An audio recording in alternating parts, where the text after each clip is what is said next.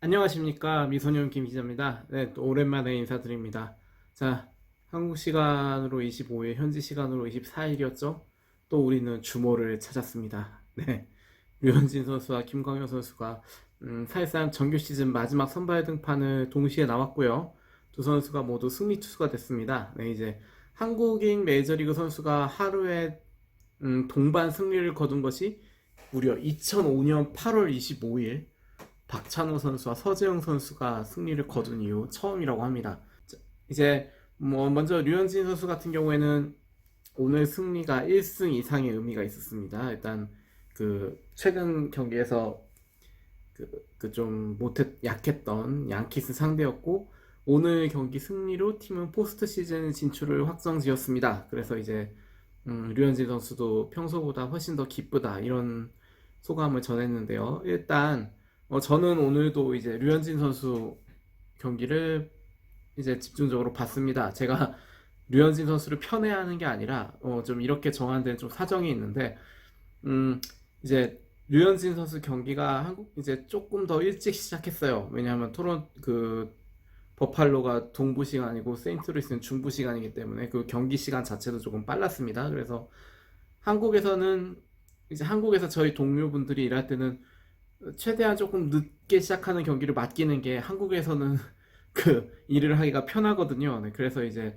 제가 그걸 생각해서 이제 그 일을 배분을 하다 보니 네, 좀 부득이하게 그렇게 됐습니다. 하지만 뭐 그렇다고 김광현 선수 경기를 전혀 보지 않은 건 아니고요. 일단 제가 오늘 집중적으로 본 거는 류현진 선수 등판이기 먼저 이제 류현진 선수 경기에 대해서 먼저 좀 살펴볼까 해요.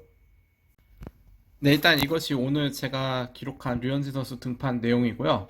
일단 뭐 저번 등판 때도 말씀을 드렸지만 어떤 제가 좀 임의적으로 표기한 게 있어서 그 실제 기록법하고는 조금 다른 게 많습니다. 네, 이 점을 좀 양해 부탁드리고요. 네, 일단 제가 보기 파악하기 편하게 좀 기록을 하는 거기 때문에 네, 일단 오늘 경기에서 이제 7회까지 던졌고, 네, 공 뭐 투구수 딱 100개 채웠습니다. 일단 뭐 이번 시즌 처음이자 아마 마지막일 것 같아요. 처음이자 마지막으로 7이닝 던지고 109를 던졌어요. 그러니까 제일 중요한 경기에서 이제 그 에이스 역할을 해준 겁니다. 네. 일단 뭐 오늘 뭐 위기 상황이란 게 있었나 싶을 정도로 굉장히 투구 자체가 안정적이었어요. 그래서 이제 보면은 뭐 이렇게 2회 이제 초구에 2루타를 허용했다던가 뭐 그 첫 두 타자한테 연속 안타 맞은 6회 이 정도가 사실 조금 위기 상황이었다고 할 수 있는데 그 이후에도 굉장히 잘 잡았습니다. 보면 이제 그 양키스 타자들도 굉장히 류현진 선수를 많이 도와줬어요. 보면 이제 그 뭐 1회 뭐 이제 뭐 르메이유나 보이트 같은 경우에는 첫 두 차례 승부에서 뭐 거의 뭐 다 2구 안에 뭐 승부를 보려고 했고, 근데 이제 타자들이 이렇게 공격적으로 승부를 나서면 뭐 타자들한테 유리할 수도 있지만 투수의 공이 좋으면 투수한테만 땡큐거든요. 덕분에 류현진 선수가 투수를 많이 아끼면서 또 길게 갈 수가 있었습니다. 오늘 보면은 이제 뭐 7구를 벗어난 승부가 많이 없었어요. 예전에 보면 꼭 이렇게 한두 명씩 막 10구까지 끌고 가면서 이제 좀 선수를 피곤하게 하는 그런 게 있었는데, 뭐 오늘 경기는 그런 게 없었습니다. 네, 아주 무난하게 이제 압도적으로 그런 모습을 보여줬었죠. 이제 또 구종별로 살펴보면은 오늘 류현진 선수가 커터를 제일 많이 던졌어요. 37개. 약간 좀 중간에 게임데이가 약간 좀 이상했었는데, 네. 일단 저는 이제 어떤 뭐 구종이나 위치를 보고 약간 좀 수정을 했습니다. 제 나름대로. 그래서 이제 커터가 37개, 체인지업이 26개, 포심 패스트볼이 16개, 그리고 커브가 13개, 그리고 투심이 8개가 들어갔습니다. 뭐 투심하고 포심은 사실 크게 구분은 없었던 것 같아요. 네, 일단 뭐 그런 것 같고, 일단 여기서 보면은 이제 오늘 커터가 굉장히 잘 들어갔어요. 커터로 뭐 헛스윙도 한 4개 정도 뽑았고, 가장 또 많이 던졌고 또 많이 통했습니다. 주로 이제 우타자들이 많았기 때문에 우타자들에게 몸쪽을 노리는 그렇게 꺾여 들어가는 공이 아주 잘 들어갔어요. 여기에 이제 바깥쪽 그 백도어 커터라고 하죠. 그 바깥쪽으로 들어가는 공도 상당히 위력적이었고요. 여기에 이제 체인지업이 또 조화를 이뤘습니다. 항상 이제 류현진 선수는 그 류현진 선수가 홈플레이트를 바라보고 섰을 때 팔 암사이드라고 하죠. 팔 쪽에는 우타자 상대할 때 바깥쪽 기준 체인지업, 몸쪽 기준 커터 이렇게 보통 양쪽으로 이렇게 쓰는데 이 두 구종이 그러니까 다른 구종이 살짝 사실 조금 별로다 해도 이 두 구종이 딱 조화를 이룬다 하면 그날은 본전은 칩니다. 네. 여기에 이제 뭐 패스트볼 구속도 붙고 뭐 커브도 뭐 꺾이고 이러면은 긁히고 이러면은 이제 그날은 감당이 안 되는 거죠, 상대팀한테는. 근데 이제 오늘 같은 경우에는 체인지업으로 무려 7개의 범타를 유도했어요. 제가 예전에 뭐 류현진 선수가 잘 되는지 안 되는지 모르면 땅볼 많이 나오는지 봐라 했는데 오늘은 사실 좀 뜬공이 제법 나왔습니다. 하지만 뜬공 타구들이 대부분 다 빗맞은 타구들이었어요. 그래서 이제 그만큼 오늘 투구가 좋았다는 것을 알 수가 있는 부분이고요.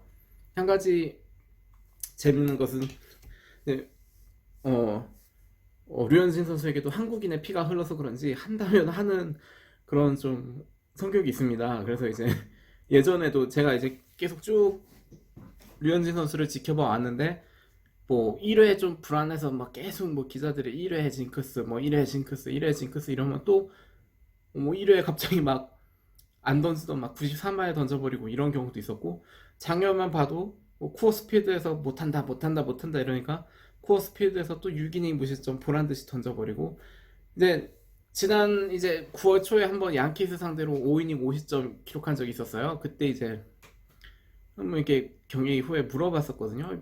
양키스만 만나면 좀 힘을 못 쓰고 있는데 앞으로 이제 이번 시즌뿐만 아니라 앞으로 한 3년은 더 자주 만나야 할 팀이에요. 좀 이렇게 계속 이런 모습이 되풀이되는 게 좀 좋지만은 않은 것 같은데 좀 어떻게 생각하시는지.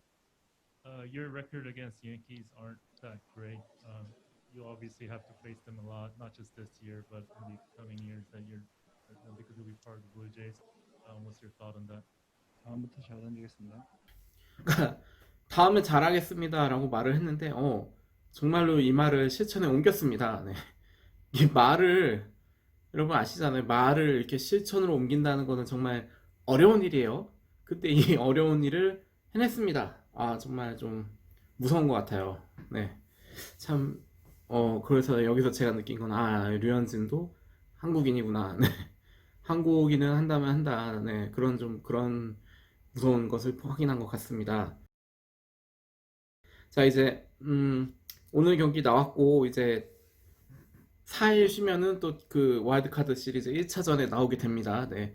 지금 뭐 사실상 1차전 선발은 거의 확정이라고 봐야 돼요. 네. 그리고 상대가 누구냐가 또 이제 재밌는 건데 지금 이대로 만약에 플레이오프가 시작된다면 템파베이와 붙습니다. 근데 이제 아직은 그 템파베이도 그렇고 토론토도 그렇고 시드 자리가 확정된 것이 아니기 때문에 마지막 시리즈를 치러 봐야 알 것 같아요. 이제 양 팀 다 아마 3경기 정도 남았는데 자 근데 이제 은근히 두 팀이 올해 보면은 굉장히 치열한 승부가 많았습니다. 연장도 많이 가고 네 뭐 한 점차 승부도 많았고 그리고 이제 작년에도 또 뭐 치고받고 한 사이였어요. 이게 또 흥미로운 게 지금 그 찰리 몬토요 감독이 템파베이 코치로 있던 사람이고 또 그렇게 그 케빈 캐시 감독하고 같이 이렇게 일하던 그런 사이다 하고 보니까 묘하게 좀 라이벌 의식도 있는 것 같아요. 또 이제 내심 서로를 이제 서로가 서로를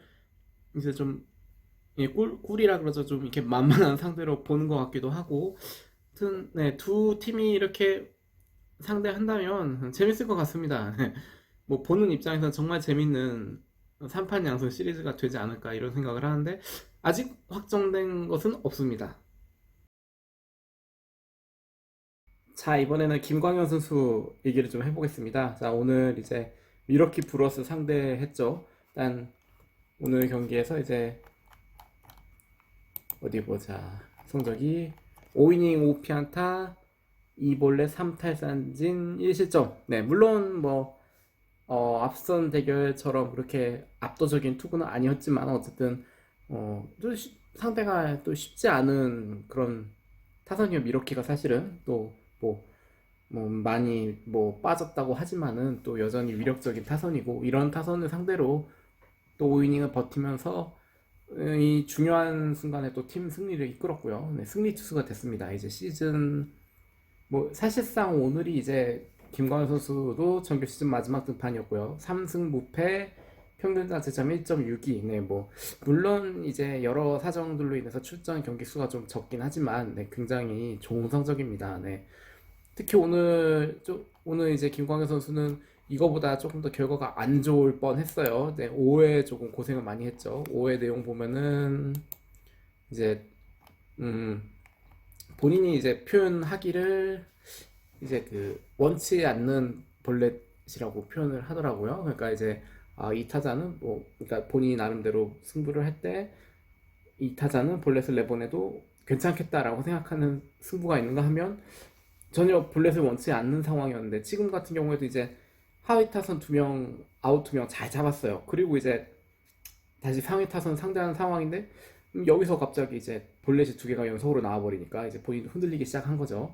근데 이제 저는 사실 여기서 제가 이제 이 5회 장면을 계속 지켜봤는데 저는 여기서 감독이 교체를 할 줄 알았어요. 이제 사실상 지금 세인트루이스는 매 경기가 포스트 시즌 같은 상황이고 이게 아마 포스트 시즌이었으면은 제 생각에는 교체를 했어요. 하지만 이제 마이클 슈트 감독은 어떤 이유였는지 속으로 모르겠지만 김광현 선수에게 승부를 맡겼고 결국 여기서 무실점으로 막아냅니다. 네. 오늘 경기 세인트루이스가 이긴 것 자체도 이 장면의 의미가 컸다고 봐요, 저는. 근데 이제 슈트 감독 말로는 뭐 오늘 구위가 좋았고 뭐 볼넷 내준 상황도 공이 나쁘지 않았다. 이렇게 살짝 좀 빠진 것 뿐이지 뭐 괜찮았다. 그리고 뭐 나쁜 매치업 아니었고 이제 뭐 불언이 우타자라고 해서 뭐 우리 우한 불펜들도 많이 두들겨 선수고 그래서 이제 거기서 맡겼다라고 이렇게 얘기를 했어요. 그리고 이제 김광현 선수는 그 믿음에 보답을 했습니다. 네. 저는 이제 오늘 이 등판으로 통해서 뭐 김광현 선수가 지금까지 계속 잘해오긴 했지만 오늘 이 등판을 통해서 만약에 이제 팀이 상위 디비전 시리즈 뭐 이런 라운드까지 올라간다면 전 이제 로테이션 안에 들어가는 합격점을 받았다고 생각을 해요. 이제 전날 선발이었죠. 카를로스 마르티네스 같은 경우에는 사실상 아웃됐습니다. 네. 이제 카를로스 마르티네스는 올해 그 전 세계를 덮친 그 병 때문에 약간 좀 고생을 많이 했습니다. 네. 올해는 그냥 좀 뭔가 안 되는 해였어요. 뭐 세인트 루이스 팀이나 자체에도 올해는 좀 뭔가 안 풀리는 해였습니다. 네. 저는 이 팀이 지금 이렇게 경쟁하고 있는 것만으로도 상당히 대단하다고 생각을 해요. 근데 이제 세인트 루이스도 사실은 이제 가을이 되니까 또 이 팀이 괜히 가을 좀비가 아니자 이 별명이 가을 좀비잖아요. 네, 지금 좀 좀비 본성이 나오고 있는데 또 세인트루이스가 포스트 시즌에서 어떤 모습을 보여줄지 지금 순위 보면은 지금 뭐 이 팀이 이거 1위 컵스랑 2.5게임 차예요. 지금 컵스가 피츠버그 원정에서 완전히 죽을 썼어요. 그래서 이제 격차가 2.5게임 차인데 뭐 이번 이제 남은 경기 결과에 따라서 작년처럼 갑자기 그냥 마지막에 획가닥 지고 우승을 해버릴 수도 있는 상황입니다. 네, 아무튼 남은 시리즈 굉장히 재밌게 됐습니다. 네. 일단 오늘 영상은 여기까지 얘기하겠습니다. 네, 저는 이제 좀 자러 가야 될 것 같아요. 여러분 모두 즐거운 하루 보내시고 다음 영상으로 찾아뵙겠습니다.